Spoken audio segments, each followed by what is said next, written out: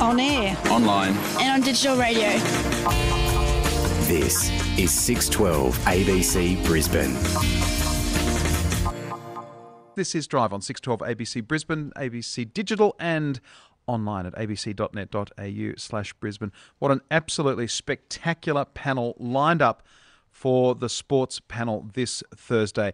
There is an absolutely stellar broadcaster, former rugby league player, sometime caller as well in Warren Boland. Warren, thanks for making it all the way from your desk into the studio. Pleasure, Tim. When you talked about spectacular, I thought you were talking about Sarah. well, a spectacular cyclist, road race champion in Athens, Sara Carrigan. G'day, welcome aboard. Oh, hang on. If I turn your microphone on, that will work better for everybody. And, sorry, Warren's just completely stolen my thunder there. And cricketer Lee Carseldine, who, of course, was part of the grandstand commentary team of the final, but has played in how many finals, Shield finals? 4. For two wins. 2 successes. One of which was against Tassie, I think? Yes. When Jamie Cox was coaching, was captaining Tassie? Yep. Yeah, probably the best opening bat we've had that didn't play for Australia, certainly in recent years. When you consider, well, he wasn't from New South Wales for a start. Oh, moving right along. Now, first up today, wasted talent. And looking at you three, no wasted talent here, obviously. But with Willie Mason talking about coming back to league, what's your take on the Willie Mason story, Warren? Look, I can understand why the mighty Tigers decided to think about Willie Mason because they're short of a front rower at the moment. They've got two young guys playing in the front row and they got pummeled last weekend in the forwards, and they've got Keith Galloway injured. They lost a couple of good players like Bryce Gibbs and Andrew Fafita at the end of last season, so they are short in the front row. They really need a tough hard nut. But well, certainly that. or is he a hard rough nut? Well, remember, Willie started with a big black afro when he began his career. He was a real personality player. But look, I think Willie is now at the age of 32, and I think his time is over. Last seen in the NRL playing for the Cowboys the season before last, right, yeah. and look. I don't think really let them down. Didn't let the Cowboys down, but didn't make a big impact. Yeah. And at the age of 32, it doesn't get better. His trip overseas after the Cowboys, I think he was going to play some rugby league with Hull, and then he ended up with French Rugby playing Union. Playing in Toulouse, I think it was. All in the pink. Yeah, it was aborted, wasn't it? And it's sort of, he comes back to Australia. I think that Willie might be just looking for a run somewhere and to make a bit more money. So does anyone come to mind for you, Warren, as having, I played Rod Stewart before, there's a squandered talent for you, having wasted their potential? Who would you like to have seen go a bit further in any sport, really? You know, I thought about this, and the player who most disappointed me, but he didn't waste it on the field or off the field in a sense, but it was Mark Ella.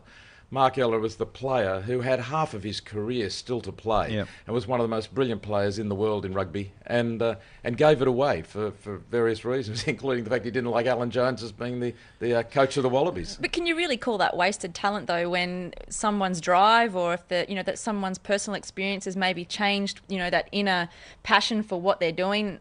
Maybe they've reached where they've needed to go, and now they've got another path they need to go down. Oh, I just felt cheated as a fan.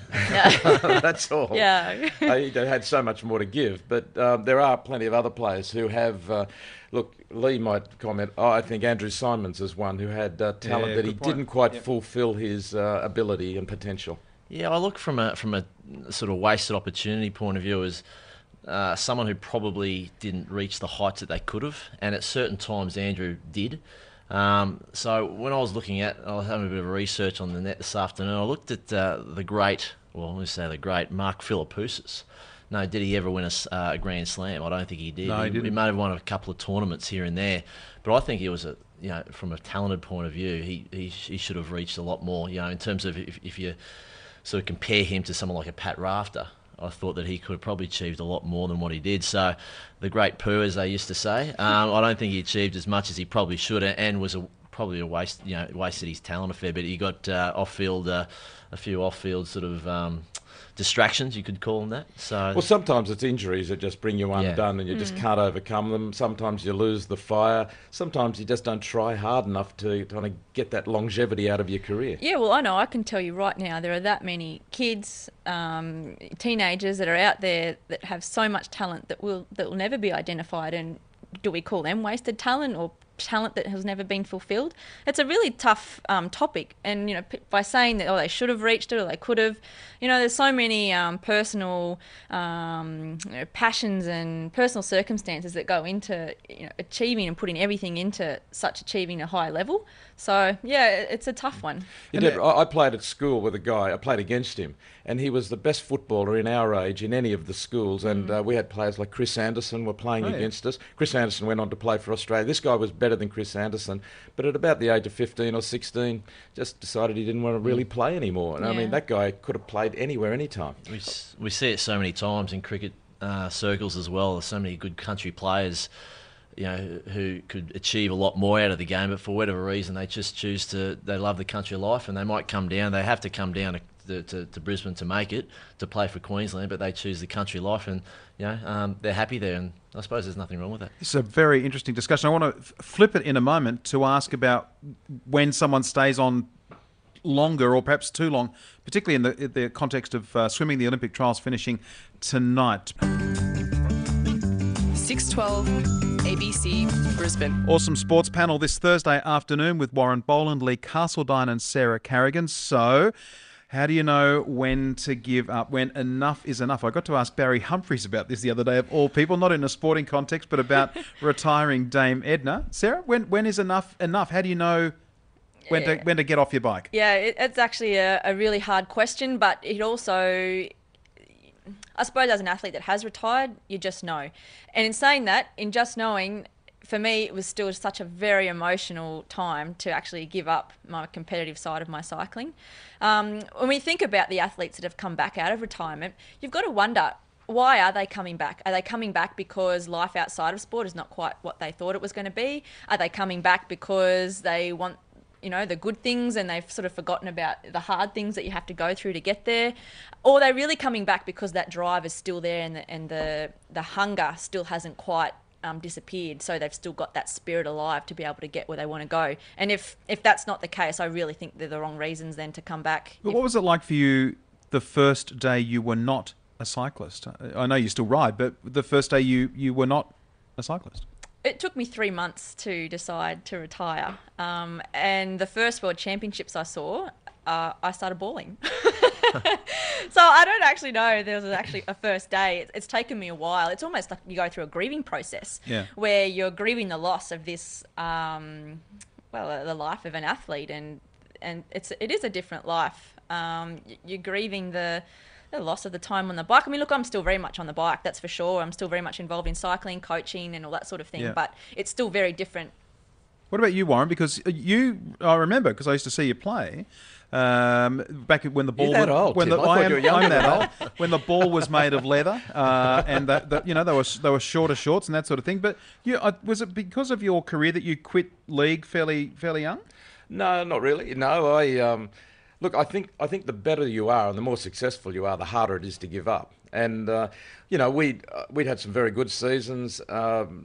Our team was sort of down the bottom of the comp that year. It wasn't a whole lot of fun, but it was injuries really. I mean, as the injuries start to bite, and you spend more and more time with the physio and doing rehab than out on the field or out on the bike, depending on your sport. I mean, there's a lot of fun playing the game, and even I found training was fun. There's a lot of laughs to be had, a lot of hard work, but a lot of camaraderie. But once it becomes harder and harder, and the rewards aren't quite there. But having said that, I gave it away.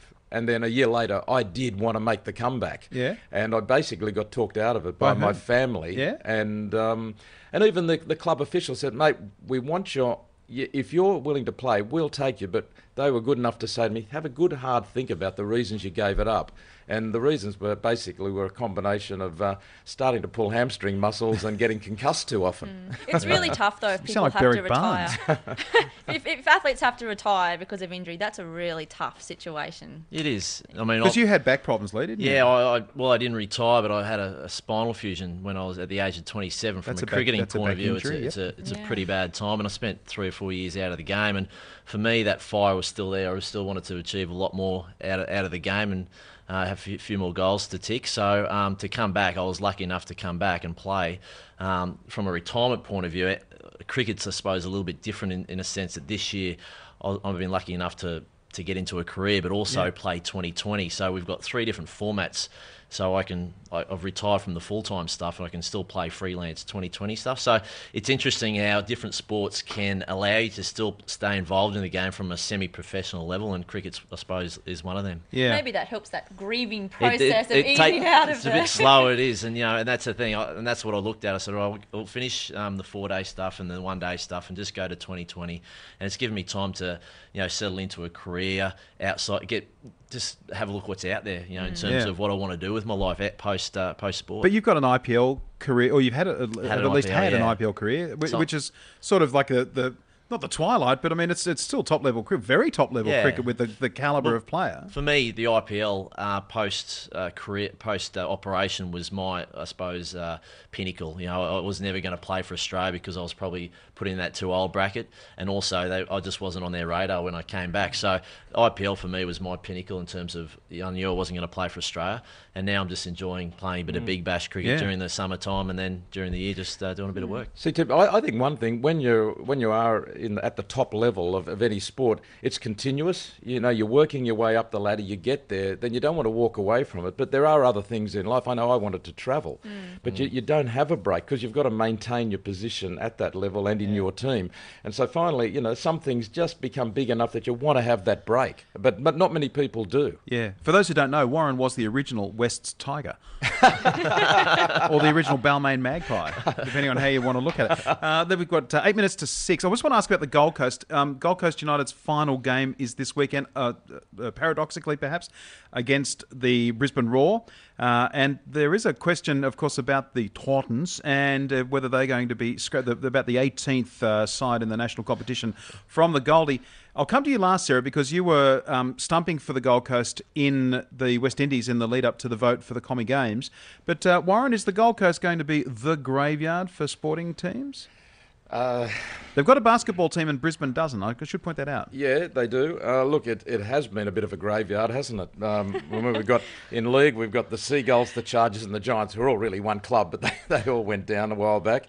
The Brisbane Bears, who became the Lions, weren't successful on the Gold Coast. Now Gold Coast United joining the crew. But you've got to remember, we've also had the Brisbane Bandits and the Brisbane Bullets and the North Queensland Fury. So being a failed sporting franchise or club isn't exclusive to the Gold Coast. What do you reckon, Lee? It's interesting. Because isn't there going to be a 2020 side on the Goldie? I know that Cricket Australia are pushing hard to expand out the franchises, and one of them on their radar is going to be the Gold Coast. Would you like to see that? Oh, I'd love to be a part of it as well, but also see it. the burly bikinis. Is Carseldine off the long run? And I think looking at it, it fits in perfect with the Gold Coast. There's not a lot of commitment there from the fans. There's eight games. Very true. There's eight games out in the tournament, and only 4 home games, and it's through that summer period as well. So I think it could be a good. They're looking at it, I reckon, quite interesting. Look at all the failed franchises there, and Cricket Australia keeping a close eye on it. But I think that it could work because, as I said, it's over Christmas. It's over 2 month period, and there's only 4 home games, so it's not a huge commitment from the fan base to turn in week out. Turn up week in, week out. What do you reckon, Sarah? What my thoughts are is that on the Gold Coast, to find someone who's born and bred on the Goldie, they're a pretty rare breed. I mean, I come from a small country town. I've moved to the Gold Coast when I was 7, so 1988. So I very much consider myself a Queenslander, a Gold Coaster through and through. But all the people that live on the Gold Coast are generally from out of town. So, say for me, I'm a big league follower because I'm from Gunnedah, which is a big league in league territory, and I have gone for New South Wales in the state of origin. I can't believe I'm saying this over air. But Australians, we stick, our allegiances, like when you think of Townsville, Cairns, all of those smaller towns, they really stick and get behind their teams. So if you've got someone that's going for the basketball team, is it the Crocs? In Townsville, yeah. Yeah, the Cairns Taipans, if they move down to the Gold Coast, they're still going to go for their team when they're coming down the Gold Coast. Yeah. And I know my friends that people have moved down to the Townsville, from Townsville, they don't go for the Titans, unfortunately. They still go for the Cowboys.